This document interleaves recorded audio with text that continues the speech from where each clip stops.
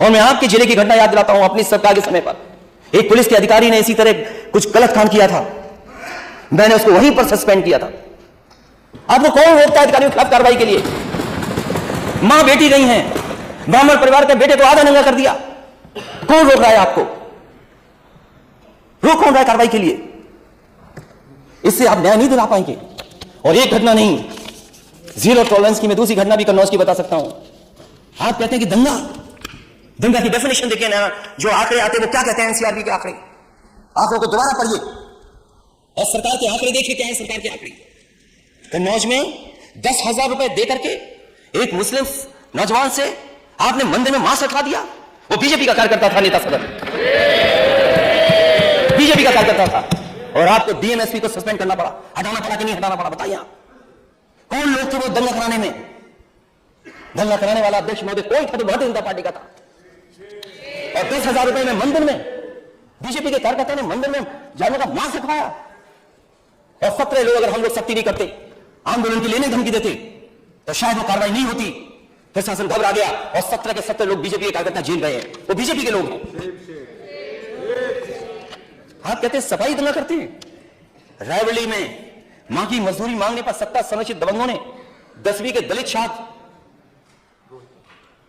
बिजली केबल से पिटाई की और क्या चटवाया? पैर चटवाए एक दलित के नौजवान के।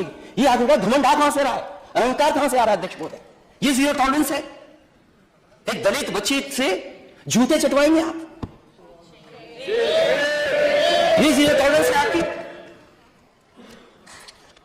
कुछ बातचीत हो गई और बातचीत में गोली मार दी जौनपुर में सभासद के। ये जीरो टॉलरेंस है आपकी? गोली मार दी, फ्रॉड, बातचीत हुई, निकाला, गोली मार दी, ये है आपका जीरो टॉलरेंस? महुआ में नमस्कार न करने पर दलित को कुल्हाड़ी से मारकर लवलहान किया, ये जीरो टॉलरेंस है आपकी? ये कहां से शब्द आपने इजाद किया जीरो टॉलरेंस? कहां से लेके आ गए आप शब्द जीरो टॉलरेंस? बाराबंकी में लेखपाल के टिप्पणी के चलते कानून को मुंशी आत्महत्या, इलाज ही नहीं, आत्महत्या करनी पड़ी। न्याय के लिए सोचे आप। यही बाराबंकी जो मुख्यमंत्री आवास से 70 किलोमीटर दूर यह घटना हुई, यह है जीरो टॉलरेंस। कहां खो गया आपका बुलडोजर? कहां खो गया? और बलिया में मैं गया था, इस व्यापारी परिवार से मिला था मैं। कौन लोग हैं सूदखोरी कर रहे हैं वहां पर? करोड़ों की मार्केट वैल्यू जमीन, करोड़ों की मार्केट वैल्यू की जमीन वो ले ली, उसके बाद भी संतुष्ट नहीं हुए। वो धमकाते रहे, लाइव उसने आत्महत्या कर ली, लाइव। इससे ज्यादा दुखद क्या है? और नेता सदन आप जानकारी करिए, क्या बीजेपी के लोग उसमें शामिल हैं कि नहीं है? अगर जीरो टॉलरेंस है तो बीजेपी के नेताओं को आप जेल भेजेंगे कि नहीं भेजेंगे? और बीजेपी के कार्यकर्ता नेता जो कर रहे हैं, आजमगढ़ में इंद्रपाल मौर्य संग अपहरण कर हत्या पति पत्नी, ये जीरो टॉलरेंस है आपकी? और कानपुर में अध्यक्ष महोदय आपको जानकारी होगी कस्टोडियल डेथ की, बलवंत सिंह की। क्यों पुलिस ने मार दिया उसको? ये सैसवान में पुलिस ने अगस्त 6 फरवरी को कोतवाली परिषद में खुद को पेट्रोल डालकर, ये जीरो टॉलरेंस है। वो भी जान चली गई उसकी सैसवान में। बलवंत सिंह, उसके साथ जो हुआ है, कोई कल्पना कर सकता है? पुलिस पे फर्जी एफआईआर लिखा दी, पुलिस लगी, मारते मारते जान ले ली। क्या मदद की आपने? आप दूसरों पे आरोप लगाते थे कि समाजवादी सरकार है, इसमें मदद में भेदभाव होता है। क्यों कानून व्यवस्था जीरो? अध्यक्ष महोदय क्या? अध्यक्ष महोदय जीरो टॉलरेंस, आपको जीरो टॉलरेंस रखनी चाहिए। नहीं, अभी तो मैं सब्जेक्ट, अभी तो शाहजहांपुर का मेडिकल कॉलेज आना है। मेडिकल कॉलेज बजट में ले लीजिएगा। नहीं, बजट में फिर वो बजट वाली बात आएगी। तो ठीक है अध्यक्ष महोदय, अब चाहते हैं कि मैं खत्म कर दूं। हालांकि मुझे भी लगता है मैंने समय गवर्नर से ज्यादा ले लिया, मैंने 7 से ज्यादा ले लिया है, इतना नहीं लेना। आपकी इच्छा, मैं आपसे सिर्फ रिक्वेस्ट कर सकता हूं, आपकी आगे इच्छा मैं आपसे रिक्वेस्ट कर सकता हूं। समय सिर्फ याद दिला रहा हूं, बाकी आपकी मर्जी है। तो बलवंत सिंह, उसकी पत्नी को सरकार ने भरोसा दिलाया कि सरकारी नौकरी दी जाएगी। वहां के परिवार के सदस्यों ने मांग की थी कि 1 करोड़ की मदद होगी। नेता सदन भारतीय जनता पार्टी का कोई नेता ऐसा नहीं जिसने जनता में यह भाषण न दिया हो कि समाजवादी सरकार में मदद में भी भेदभाव होता था। मैं आपसे कहता हूं, बलवंत सिंह की मदद कीजिए आप। उसके परिवार की मदद कीजिए आप। कोई भेदभाव नहीं है। और जितनी भी कस्टोडियल डेथ है उनकी मदद कीजिए आप 1 करोड़ दीजिए उसको। क्यों नहीं दे रहे हैं आप उसके परिवार को? क्योंकि वो कानपुर का रहने वाला है इसलिए नहीं दे रहे हैं आप? सरकारी नौकरी आप उसकी पत्नी के वादा करके आए आपके नेता, सरकारी नौकरी नहीं देंगे आप।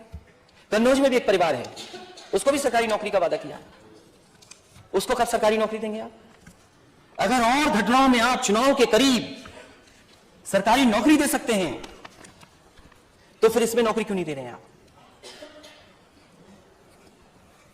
क्योंकि जीरो टॉलरेंस पे फिर मैं बात करूंगा, बहुत लंबी सूची है।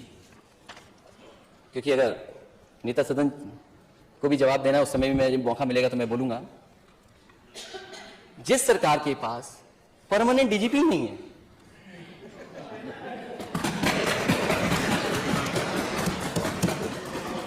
हम विपक्ष को टॉलरेट कर लेंगे थोड़ी देर के लिए। मैं नेता सदन से जानना चाहता हूं कि आप डीजीपी परमानेंट क्यों नहीं बनवा पा रहे हैं? क्या वजह है? क्योंकि वो वोटर हमारे हैं, क्योंकि वोट वो मुझे देते हैं जिताने के लिए, इसलिए? अभी पता नहीं लगा कितने वोट से जीते। अभी नेता सदन वहां पे गए थे, पेंडुलम।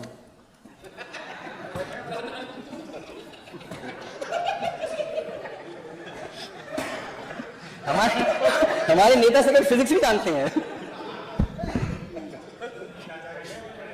नहीं तो अब तो साथ है ना, देखिए ना, और आपका आशीर्वाद मिलता रहे। ऐसे अध्यक्ष महोदय, परमानेंट डीजीपी नहीं आपके पास। एक दिन मैं जानबूझ करके गया पुलिस हेडक्वार्टर में, क्योंकि समाजवादियों ने बनाई और वर्ल्ड क्लास इंफ्रास्ट्रक्चर दिया। जो भी डीजीपी आए, जो भी होम सेक्रेटरी आए, दूसरे स्टेट के और वरिष्ठ अधिकारी आए, उन्होंने खुद तारीफ की है, महसूस किया उन्होंने कि पुलिस के पास ऐसे इंफ्रास्ट्रक्चर होना चाहिए। और ये बात नेता सदन जानते हैं लेकिन स्वीकार नहीं करेंगे। मैं जब गया हुआ, दिन के 12 बजे तक पूरी पुलिस सो रही थी। मैं अंदर बैठा, कोई अधिकारी नहीं वहां पर। सोचिए, पुलिस हेडक्वार्टर में कोई अधिकारी ना हो, इससे बड़ा दुर्भाग्य क्या हो सकता है? जो स्टेट जीरो टॉलरेंस है आपकी, और वो भी टेम्परेरी डीजीपी, टेम्परेरी, जिसका नाम नहीं लिखा जाएगा। मैं आपको अपने तरफ से सुझाव देता हूं। एक हमारे भी समय पर थे जो आपने किसी पद पर बैठाया था, वो इंटेलिजेंस के अधिकारी थे, न जाने क्या क्या बताते थे आके। इसलिए इन लोगों से बचना, इन लोगों से बचिए आप। और जो नेता सदन, मुख्यमंत्री जी, आप अपना परमानेंट डीजीपी नहीं बना सकते, वो स्टेट को लॉ एंड ऑर्डर नहीं दे सकता, नहीं दे सकता लॉ एंड ऑर्डर। और वो एनसीआरबी के आंकड़े देख लीजिए, महिलाओं के खिलाफ क्या है घटनाएं हैं। मैं अगर पढ़ दूं तो बहुत समय लग जाएगा अध्यक्ष महोदय। कितनी घटनाएं हुई महिलाओं के ऊपर, घटनाओं में उत्तर प्रदेश नंबर 1 है, number 1। Crime against women number 1 है स्टेट। और ये कोई आंकड़े हमारे नहीं हैं, ये हमारे आंकड़े नहीं हैं, एनसीआरबी के आंकड़े जो आप आंकड़े देते हैं। आप स्टेट कहां खड़ा है, कहां खड़ा है स्टेट? ये एनसीआरबी के आंकड़े हैं। यूपी सबसे आगे, नंबर 1 है यूपी, महिलाओं के ऊपर अन्याय अत्याचार होने पर नंबर 1 है, नंबर 1। और घटनाओं में रेप में नंबर 3 पर है। यूपी में 3 साल में दर्ज क्राइम नंबर 1 है। हम लोग कहां खड़े हैं? हम लोग महिला अपराध में। यूपी में रोज 153 महिलाओं से होती है हिंसा, रेप, छेड़खानी, पिटाई। एनसीआरबी के आंकड़े बता रहे हैं, ये हम नहीं बता रहे हैं। और ये एनसीआरबी के वही आंकड़े जो आपकी तरफ से जाते हैं, कोई विपक्ष नहीं भेजता ये आंकड़े। और एनसीआरबी के आंकड़े देख करके आपको खुद दुख होता होगा।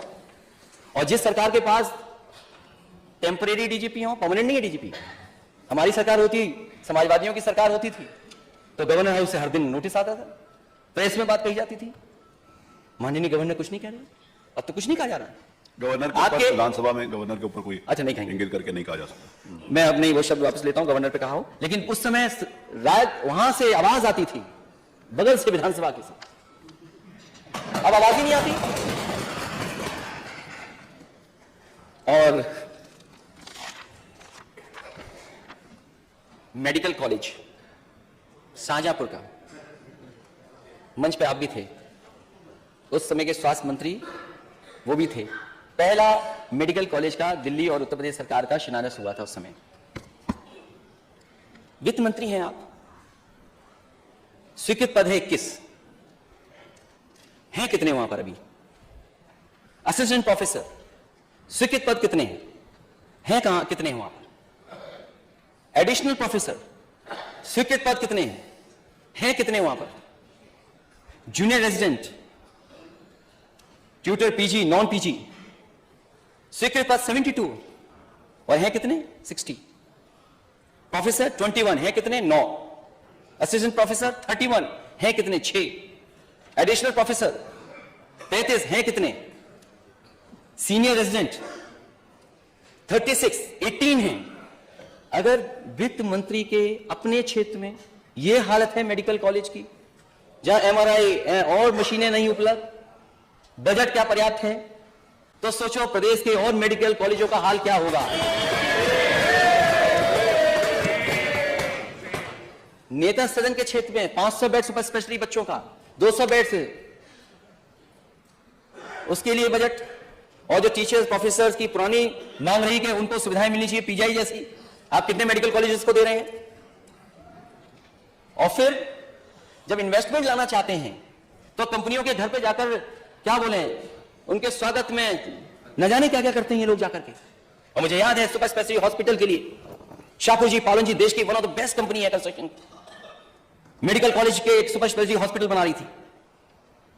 उस कंपनी का 1 साल बजट नहीं, 2 साल नहीं, 3 साल बजट ही नहीं दिया, वो कंपनी भाग गई। मैंने पूछा आखिरकार कंपनी क्यों चली गई, कितने दिन इंतजार करते? शाहपुर जी, पालन जी कौन कंपनी है, आपने बजट नहीं दिया, आप ठेके में सेटिंग कराते हैं कि अपने लोगों को ठेका दिया जाएगा। सैफई मेडिकल कॉलेज यूनिवर्सिटी, और उसके चांसलर मुख्यमंत्री हैं। मुख्यमंत्री जी अपनी यूनिवर्सिटी, अपना चांसलर बनने के लिए जल्दी बन गई यूनिवर्सिटी। बलिया की पूर्व प्रधानमंत्री चंद्रशेखर जी के नाम पर यूनिवर्सिटी क्यों नहीं बन रही है, उसको बजट क्यों नहीं दिया आपने? पूर्व प्रधानमंत्री अटल बिहारी वाजपेयी जी की यूनिवर्सिटी, मेडिकल यूनिवर्सिटी यही बननी थी, अभी भी हो सकता है लोहिया इंस्टीट्यूट के किस फ्लोर पे चल रही हो यूनिवर्सिटी, वो क्यों नहीं दिया आपने? आपके बगल में कैंसर इंस्टीट्यूट बना है, यहां जितने माननीय सदस्य बैठे हैं, ये कभी ना कभी हर दिन या क्षेत्र में जाते होंगे, महसूस करते होंगे कि कैंसर बीमारी किस तरीके से फैल रही है। हालांकि मैं अपने मंत्री हमारे साथ रहे, मैं बोला नहीं उनसे, कल पॉल्यूशन की बात आई तो हमारे वो डॉक्टर हैं, वो बोले पॉल्यूशन से होता ही नहीं है कैंसर। अब उनकी स्टडी होगी किस तरीके से कैंसर फैल रहा है, और आप नेता सदन खुद दस्तखत करते होंगे न जाने कितनों की मदद के लिए। बताओ कैंसर बीमारी में सबसे ज्यादा पैसे आप दे रहे हैं कि नहीं दे रहे हैं? और यहां जो कैंसर इंस्टीट्यूट बनी थी उसका नाम तो आपने बदल दिया, हमें कोई शिकायत नहीं उस पर, कल्याण सिंह जी के नाम पर बनाई आपने यूनिवर्सिटी, वो कैंसर इंस्टीट्यूट कर दिया, लेकिन क्यों उसके लिए आज तक कोई पैसा नहीं दे रहे हैं आप, बजट क्यों नहीं दे रहे हैं आप? कैंसर इंस्टीट्यूट के लिए नहीं, कोई मान्य सदस्य जितने बैठे हैं वो लोग उनके क्षेत्र में है कैंसर से पीड़ित, नहीं है, कहां जाते हैं इलाज के लिए? सोचिए, मुंबई जाते हैं इलाज के लिए,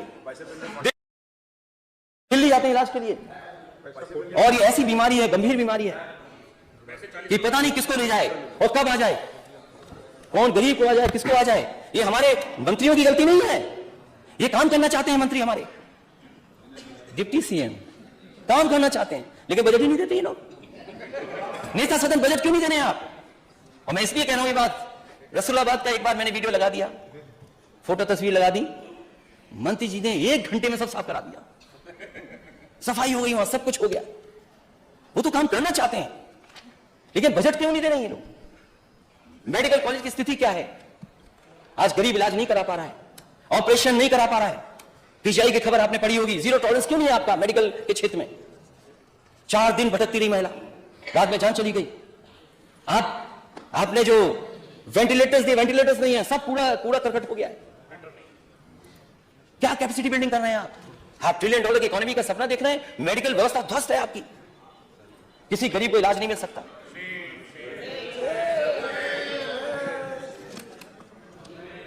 चलिए, धन्यवाद।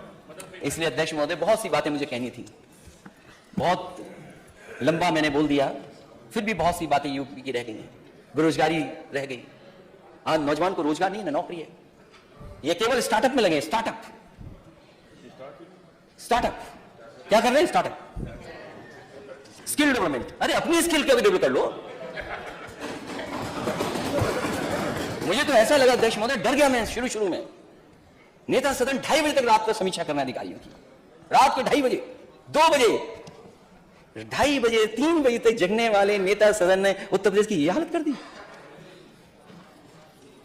मेडिकल कॉलेज 45, इलाज नहीं गरीब को, भटक रहा है गरीब।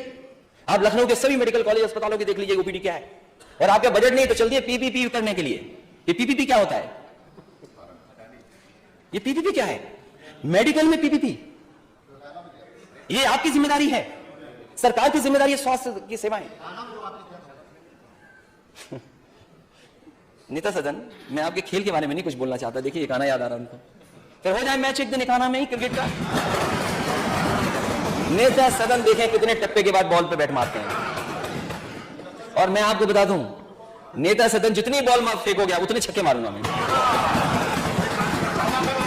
इसलिए मुझे विश्वास है कि यदि श्री राज्यपाल महोदय भाजपा रचित पुस्तक को पढ़ने की बजाय अपने स्वयं के उद्गारों को व्यक्त करती तो वह अवश्य तथ्यात्मक भाषण होता और वे जानकारी हितकारी सिद्ध होता। लेकिन क्योंकि सरकार ने जो कट और पेश किया वही गवर्नर बोल के सदन में गई हैं, मैं समझता हूं जो हम लोगों ने सुझाव दिए हैं और विपक्ष के लोगों ने जो सुझाव दिए उनको शामिल कर दिया है। मैं अध्यक्ष जी का बहुत बहुत धन्यवाद देना चाहता हूं। माननीय उप मुख्यमंत्री। अध्यक्ष महोदय, बहुत देर से नेता विरोधी दल का उद्बोधन हम लोग सुन रहे थे। उद्बोधन से पहले हम मन में विचार कर रहे थे कि महामहिम राज्यपाल महोदया ने जब संयुक्त